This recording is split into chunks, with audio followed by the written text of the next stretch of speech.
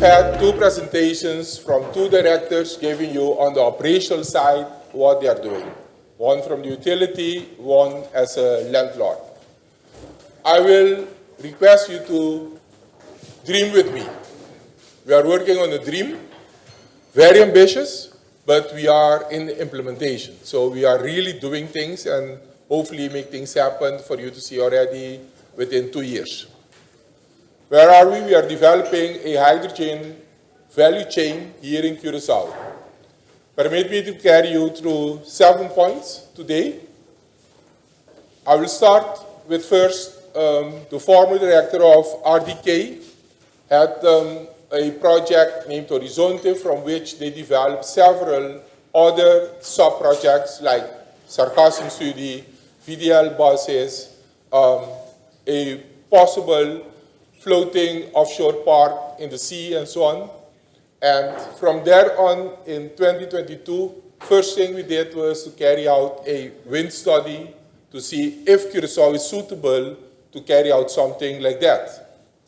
Conclusion, we are strategically located this time not as a logistical hub, but as a production of wind for any other reason. This is the wind atlas. You can see all the red parts where you have very strong winds. Curaçao 9.7 meters per second. If you see on a level where you can produce most hydrogen in the near future or even electricity, Latin American is the one which can produce most of the future energy for the world. If we look in the Caribbean, again, we are locked. It's only Colombia, Curaçao, Aruba, and a small piece area on the intersection of Dominican Republic and Haiti. So this is our beautiful island. We are red hot, really red hot. Just to give you an idea, wind capacity factor in the North Sea is around 6+. Here we are with a wind capacity factor of 8+. Now, then based on that, we made a decree. The government agreed with it. Therein it consists of 4 state-owned enterprises and 4 ministries. In the meantime, it has developed. Since 2022, we are now in 2025. 2023, we really start working. And now we have a quite complex structure, but it's quite simple. We have the ministers from Curaçao, the ministers of Holland. We have a steering group of the chairman of the working group together with the SK of Algemene Zaken. And from Holland, we have the SK from Economic Affairs. Nowadays also Klimaat en Groene Groei. En from Binnenlandse Zaken in het bijzonder Koninkrijkse Relatie. We created a triangle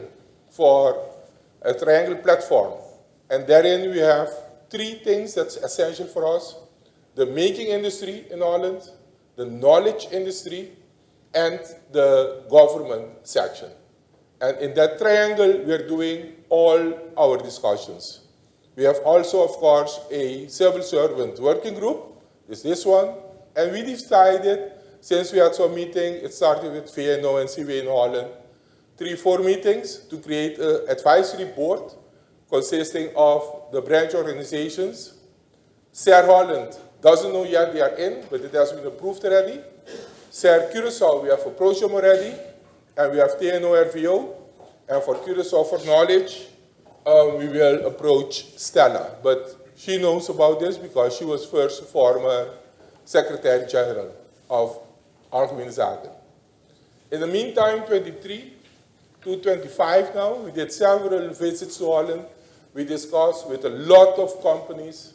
We started first with 3 companies. That was the Blue Water, the SBM, and also Herema and so on. We visited all the other ones you can imagine. We didn't put Boskalis, you name it. But we have decided together with a total group to level up. And we are dealing now with only 3 branch organizations.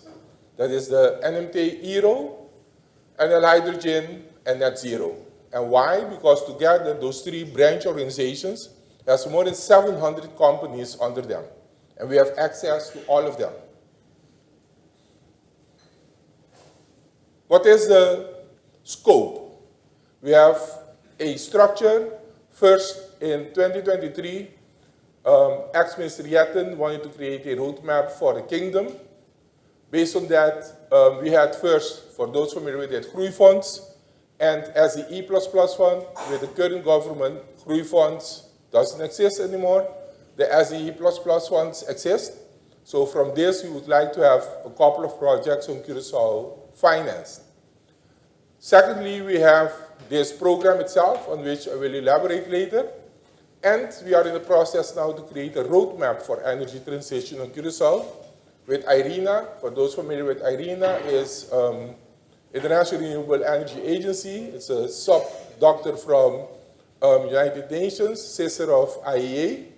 And with TNO, where the working group that we have for this program will also be expanded with like Silicor, Huawei, and a couple of other companies for us to develop this. This will take almost more than a year based on the complexity.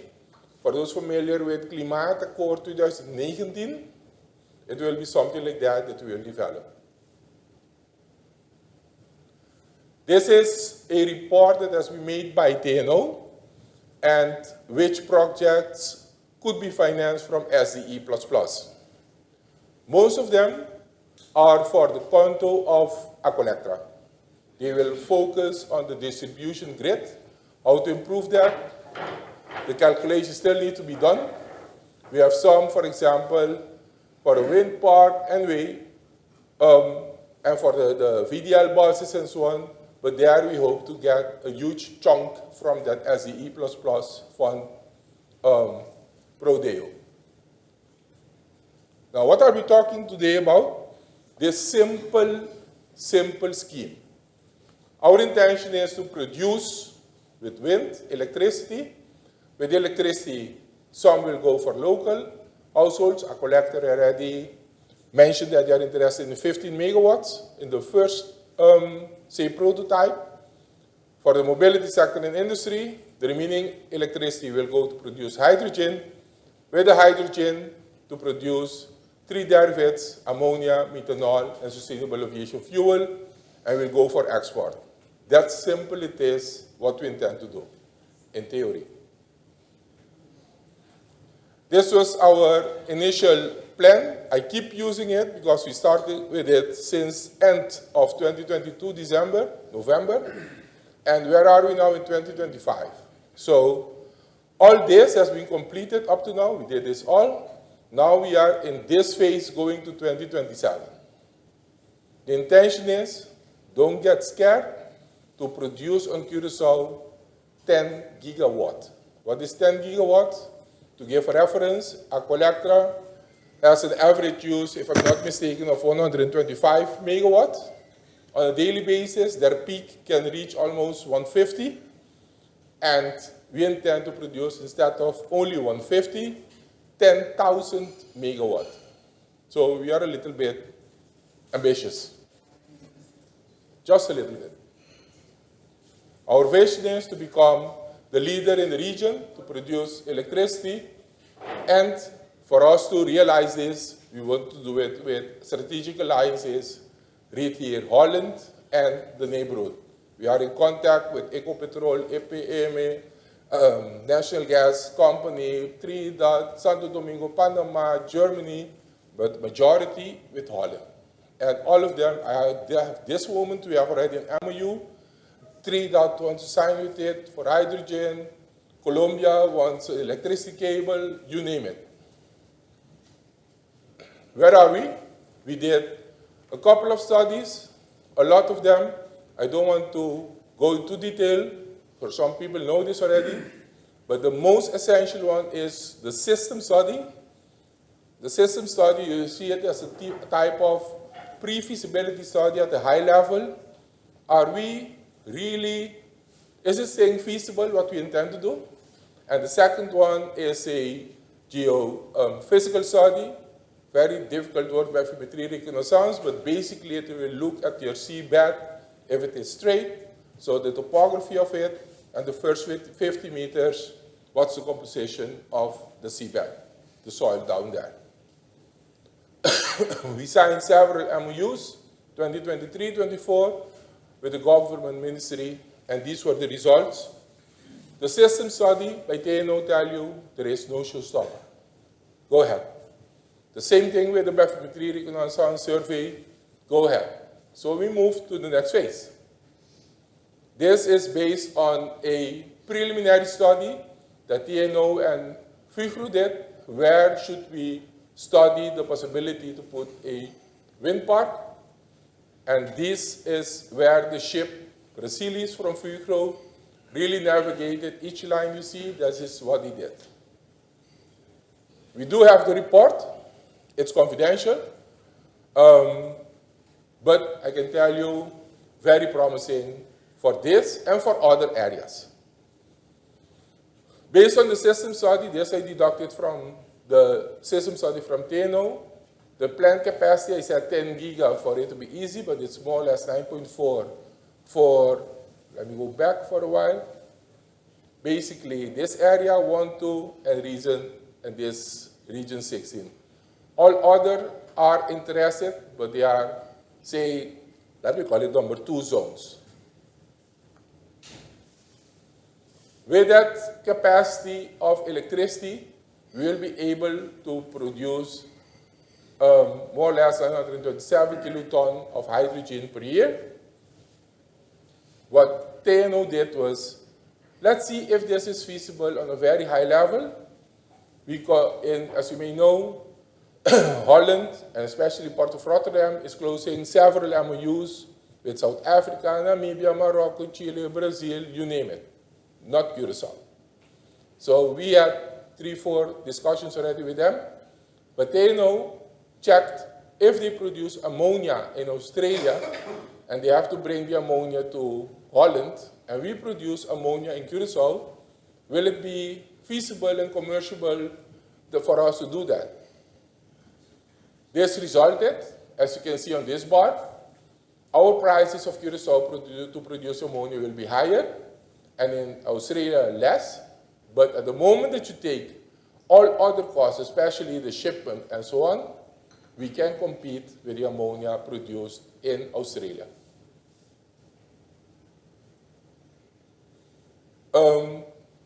This is an interesting picture in the sense that based on the current usage and projection, if nothing happened, based on the study of TNO, and that Curaçao produced the 10 gigawatt, we will be able to supply Holland with 9% of its total need of hydrogen.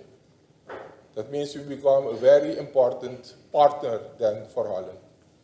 If you take the most extreme growth scenario from TNO for Holland, still we will be able to deliver 5.1% of their need for hydrogen. Here I would like to stay for a while.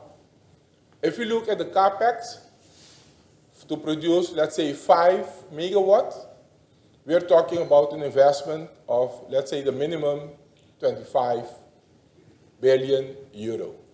That's the capex. So if I take this and I'll say go back to the 10, we are talking about 50 billion euro. 50 billion euro is equivalent more or less to 100 billion guilder, Caribbean guilder. So 100 billion Caribbean guilder. If I take it on a stretch with our plan 27 to 2037, that is an average of 10 billion guilder a year on average, theoretically. Everybody know here our GDP, how big that is? 6.4, 6.5 billion guilders. So imagine just one project that can take care of this island, delivering an investment of 10 billion guilder a year. And this is capex. If you see at the OPEX, it's the next sheet. Just for 5 gigawatt on a 30-year lifespan. So if you take 10, that will be 20 billion euro totally during 30 years. So this is a real game changer for Curaçao, if we can realize that. Now, where are we? After having completed the system study and a couple of other studies, we did 12 more studies. All of these reports are at this moment as of today, with exception of one, completed. So we are talking about an input data system, the offshore, which zone we should start with it first, the layout of the wind farms, the initial electrical network, and where the landing should be on the island, and the development options. If we take it onshore, what are the market possibilities for the takeoff for the several derivatives? What is the scale for the production of hydrogen? The final development options onshore, the feedstock study, and you can see we are doing that also through the 3 branch organizations with ANO, RVO, and the civil servants, and several other companies are in the implementation of it, and for example with Evolution for what is the area that you need to develop this. I've seen, of course, the results already. I can tell you, Patrick will be happy if we do it in Bulumbai, but even Bulumbai in totality and the whole refinery area will not be sufficient for this project. So then you can imagine how big that will be. But they are developing and studying several other options besides it for limitations and so on, so this will be discussed. I can tell you that pure coincidence, coming Monday to Wednesday, we will have the branch organizations here, we will have TNO here, RVO here, Economic Affairs here, Binnenlandse Zaken here, and we are doing this with a program manager called Rebel. There are 3 persons from them will be here too, together with all 4 state-owned enterprises and the 4 ministries for us to discuss the results, for us to go to the next phase. This one, the Meta-Ocean study, that was the first one done by Actis, that is also completed. We had one, I didn't mention it, but the geophysical study cost 2.4 million euro. That was financed by Curaçao, pre-financed by Curacao and RDK at the time. The system study, more or less 369, financed by Ministry of Economic Affairs of Holland. These studies that I mentioned, the 12 studies, will cost more or less 1 million. You can see what's the remaining of it. That's financed by, the intention was first through Groei funds. Groei funds has been eliminated. So this money came from Economic Affairs from Holland, van andere besteden middelen, in de najaarsnota from last year. For next year, of this year, we intend to get 4 million euro more in the voorjaarsnota, and if I believe them, soon it will be treated in the Tweede Kamer, and then we have the availability on this 4 million euro. This is the procedure that we use in order for us to do all those consultancy work. Here important is we have several phases together with the one that we developed since 2022. Our ambition is here to have a commercial startup in 2027 of the first project. And the first project there, or pilot if you want to call it, will be the production of 75 megawatts for only 5 windmills. Those who know, Terracora and Playa Canoa, those windmills are 2+ megawatt each. The one of Coral Tabac is 4+ megawatts. We want to develop on Curaçao, not onshore, offshore, not bottom fixed, but floating, 15 megawatt windmills. Is there any that exists at this moment in the world? No. There are 3 of 8.8 floating in Marseille. There is 1 of 16 megawatt bottom fixed in China. And just last week I read that Siemens Gamesa developed a prototype of 21.5 megawatt. So for you to imagine how big these things will be, we're talking between 200 to 250 meters high, diameters of 8 meters and so on. So huge, huge windmills. If we consider one of Coral Tabac big, so this will be, you can imagine. Very important. We're going to do a governance study now. We are almost ready to deploy that one too. What do we want to achieve with that? Who's going to carry this further on? Is it going to be Curaçao or two bays or a consortium, or will it be something like in Holland they have Energiebeheer in Nederland, Energiebeheer Curaçao? We don't know. What are the criteria from the government? Do you want the same system like with Shell? You give them plots, they develop and pay you a fee for that, or you want to participate also actively in the shares? We don't know. So we will let a third party familiar with this type of studies to carry out such a study. Legal gap analysis. We never have had windmills offshore. So we would like to, for again, a renowned company to come and scrutinize our legal system, all our laws. What do we need for everything since the development, for each kavel, for handhaving, for all the derivatives. Based on the roadmap we develop, we can start initiate with developing the different laws that we need on this island for us to be a global player. We need to continue with our meteorological and meta-ocean study. I know already the results, I can share it today. We need to put another wind meter on the north shore, onshore, quite high, stable, to measure all the different wind speeds. And we need a LiDAR buoy on the north shore of Curaçao in the sea to study furthermore the other components to go over in the pre-feed phase. This is very important because we are experiencing a change, a shift in our climate at this moment. It's not anymore the hurricanes will stay up there. We see the last years the hurricanes moving south. They're becoming less. The only thing is they're becoming bigger, more intense.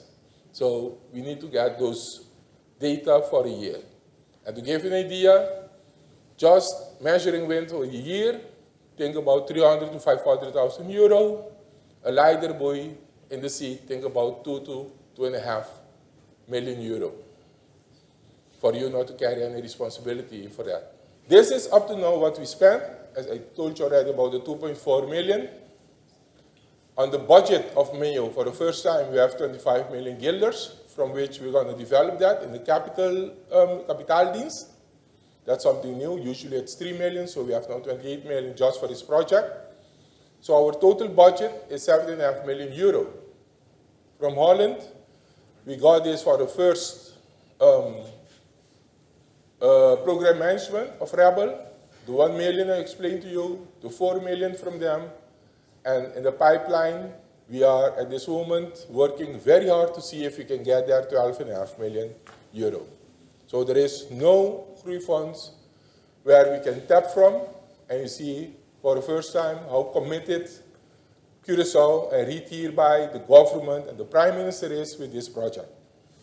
So quite some big amounts of money just for the preparation of this project.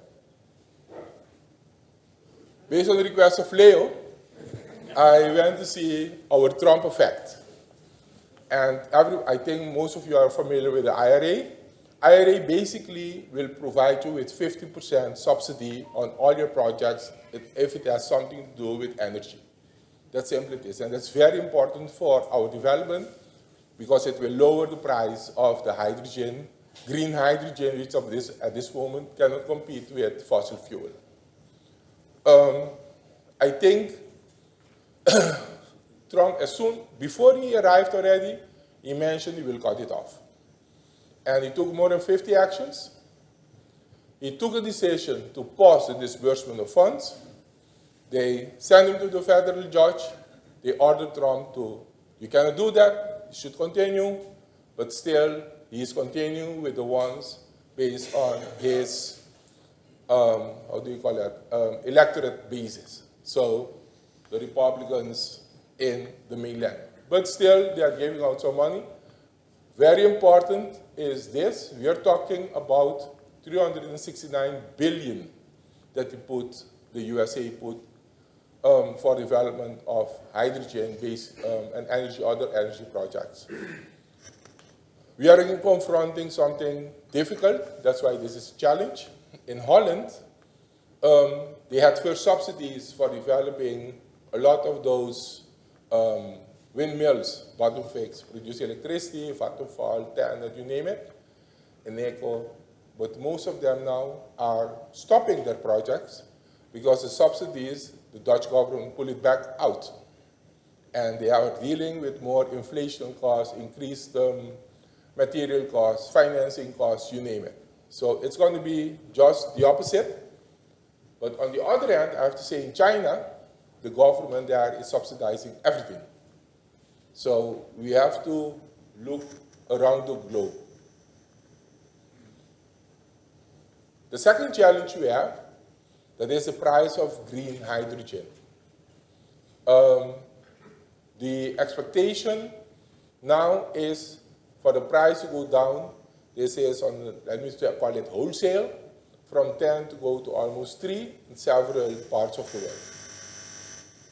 I can tell you, you can buy now hydrogen at the hydrogen station in Holland. There are like 15 to 20, exactly like gas stations, hydrogen stations. In Holland, it costs between 18 to 20 euro a kilo. The big trucks are using it. In Germany, it is between around 15. So these prices are quite good. But what happened, we use DNV and Bloomberg. Actually, we have a special contract with Bloomberg for data analytics that we use in the ministry. They have to adjust the decrease they expect by 2050. So instead of going this down here, 2050, we're talking a little bit higher. So we have to adjust our expectation. This is the same thing. They're getting quite some competition from blue hydrogen and gray hydrogen. Patrick correctly mentioned that when we had the refinery here, we were producing gray hydrogen. I don't know blue too, but gray hydrogen we were producing anyway. Blue is just to add some biocomponents and it will change, but the price differences are huge. So usually if let me say a consumer will think quite 2 times, do you have to use electricity, hydrogen, or gasoline or diesel in my tank? And we will choose for the cheapest one. This is a projection that we would like to share with you.